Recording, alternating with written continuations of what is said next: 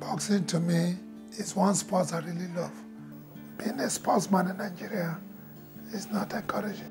They only use you when you are active. We are no more active, they seem to forget you. I have been sick for the past 4 months before my wife cried out that she needed help.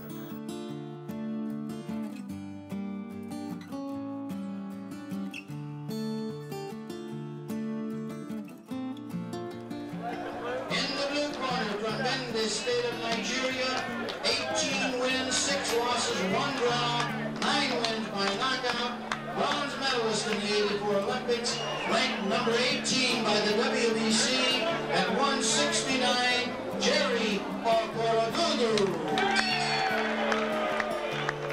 My name is Jerry Okorodudu. I'm a national boxing coach for Nigeria. I've been handling the national team for the past 15 years. I represented this country in many international competitions, which include the Olympics in 1984, the All Africa Boxing Championship in 1992, Commonwealth Games, All Africa Games. I represented the country in many competitions.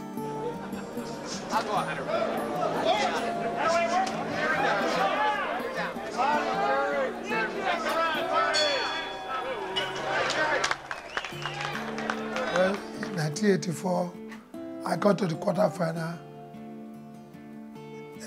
Okorodudu versus Sunshine Park of Korea.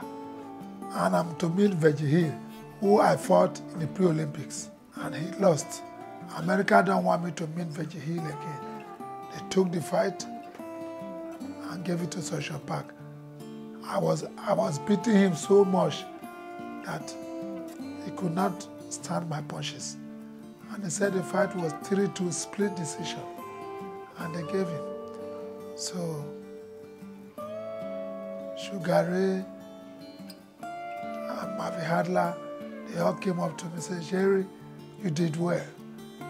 You are the champion. So while I was crying, he said, don't cry. You made us proud. We are black brothers.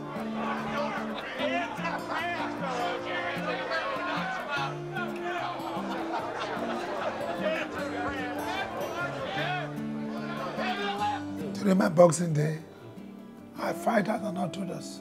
I use my left hand to lead, then finish the fight with my right. I fight outside, I fight inside. Combinations of punches, I combine the punches. In Nigeria, I was the only boxer who has the baddest hook.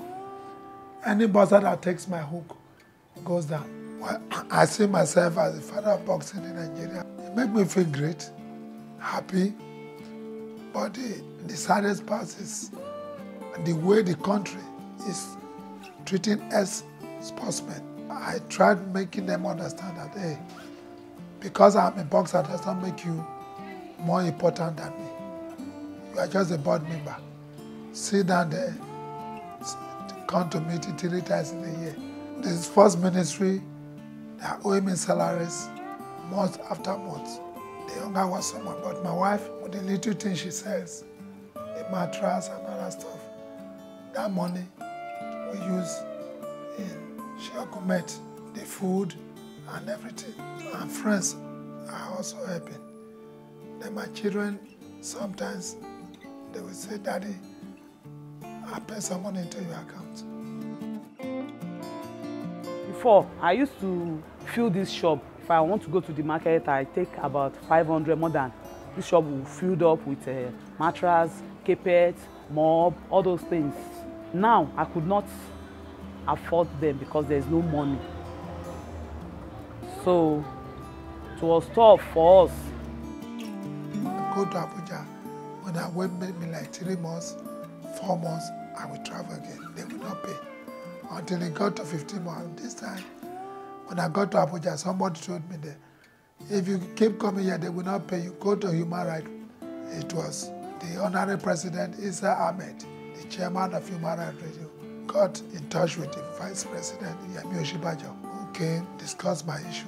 And Yemi Oshibajo told me that you will go, they will pay you today. if they don't pay you, call this woman. That day they paid me 12 months. In the night, remaining 3 months, we they just paid. Time out. I'm sick. Before I moved here, I was staying at Osomojumi, street called Osomojumi, in Ajegula here.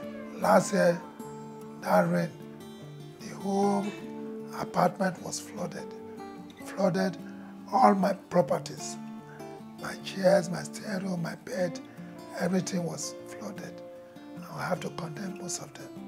He was not even around then, so I have to call him to come and see what is going on, which he could not make it. So we have to move out from the place to my mother's place. Then we stayed there for about 8 months. Then when he came back, he could not join us there. I have to go to stadium to stay for about another 6 months. So during that time, the illness started. That sickness was so tough. He has malaria, typhoid, and ulcer, which he has another big ball in his bottom. He could not walk. I have to carry him. I have to take him to the bathroom. I have to feed him. He could not stand. It was very tough, which I don't know what to do. It got to a stage that I was even scared. I have to call people for help, which nobody could answer because it was COVID-19 then. They started treating me and taking injection. I have taken so much injection. The cost of the hospital was very much. I told my wife, let's be coming from the house, and I'll spend more than 200,000. My wife was telling me, don't you have anybody to call? I said, who do I call? I'll call my boxing people. They are not answering me. Abuja that is owing me. They don't talk. Then I got in touch with Medonyale. So that was how Medonyale started working. She really tried for me. That was how she was able to get 50,000 for the minister to send down before the 300,000 she later sent for my salary. It has been very rough. Very, very rough. Even we are still owing our house rent for about 2 years before we left. But the landlord said, anytime we have the money, we should come and give it. Even the hospital bill, we have not finished paying the hospital bill. Then I pray they should just help him to start his work. By the time he will get recovered, to start his work back, so that he can be able to provide for his family and the children. My boxing club, Daddy J Boxing Club, was booming, but coronavirus came and all the children have to go home because in boxing when you teach, you get close contact. I cannot go closer to the children and their kids. And now, stadium is locked down. You cannot enter the stadium. Anybody watching this segment will know that I, Okorodudu, I can walk. Give me a job to do. Support me in this my boxing I'm doing. As a coach, help me talk to the minister. If you can, anybody, talk to the minister. I need to be given my job back as a coach so that I could be able to feed my family and pay my rent. I don't think I should be begging to pay us rent. So please, if you can talk to the minister, tell him I want my job back as a coach of boxing in Nigeria.